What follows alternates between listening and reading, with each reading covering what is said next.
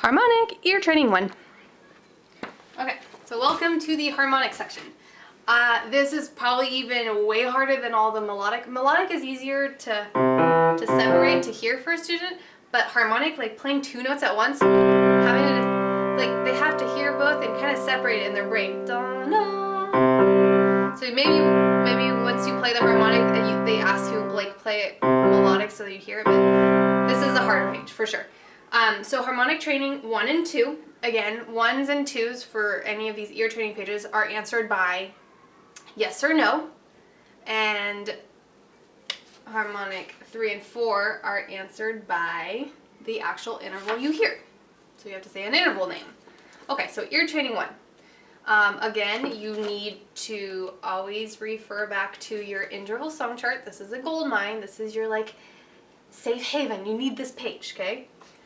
So let's say that this, let's do a major third, okay? Major third, it's not going to be ascending or descending. It's because if we all do the ascending, you'll always end up with all the intervals anyway. So it's just grouped.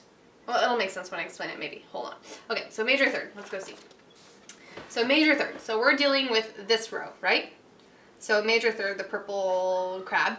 Let's start from C. So you're gonna go, and again, each letter you're gonna do every single octave. So C, and they have to find, they have to hear that sound.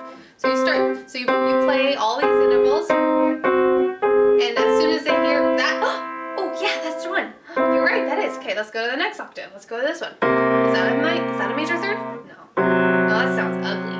That's too big. That's sad. Ooh, yeah, that's the one. It's a little bit bigger, but it's still close. Yeah, you're right. Okay, let's go to the next one. Let's go. It's harder when it's lower. Can you break it up? Yeah, that sounds kind of sad. Can you break it up? Yeah, that's the one. Lower too. That's like so hard to hear, especially harmonic. That's easier melodic for sure. Okay guys, sorry I cut and we were in the middle of harmonic ear training 1. Okay, so I just finished explaining we were doing major thirds and I was starting to do D. So what you want to do for D, you know, make sure you give them like what they're supposed to hear. So they need to hear this, okay? And obviously we're not going to do descent. Okay, so what I was trying to say earlier that I would say, hopefully it makes sense now, it's only ascending intervals. You're only dealing with D, the bottom note, and going up, because if I do the bottom one, B flat will be, you'll have a B flat on this side, the major third up, major third on B flat, right? So you'll have that interval. So this one is just starting from all the white notes and going up.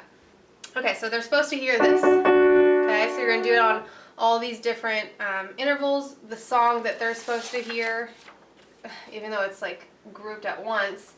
Major third, let's say that they chose Kumbaya. So they have to hear Kumbaya kind of in there. It's embedded. It's hard. It's definitely harder. Okay, so okay, play all these intervals. No, too big. That's smush. Too small. Oh, that's weird. No. Okay, major third. Major thirds are pretty, you know, maybe find like adjectives that help them. So small sounding and pretty. Okay, so yes, they figured it out. So now you go to the next one. Oh, there it was. That was it. Right away. Yep. No. Yes. Okay, same thing on the bottom. And then same thing higher. All these. Oh, no. Always higher than the D. Oh, there it is. So just do it on every octave. And they have to find consistently a major third. If they can hear it, then they can color the D. Then you can do the same thing on E, F, G, A, and B. And that's only major thirds. And you don't have to do all of them at once. Or if you really want to reinforce it, you do one day, you just do all of them. And then you choose a different interval, perfect fifth. So then they have to hear that sound, you know, kind of open sounding and not ugly nor pretty, I guess. It's just like, that's got some more color to it, you know, minor 6. That's got tension and something in there, like, you know, maybe find like ways to describe it. I think that might help them, especially when you're doing harmonics. Okay, so you have to do all these intervals, boom, boom, and they have to find that. Yes, that's the one. No. Oh yeah, that's the one. That's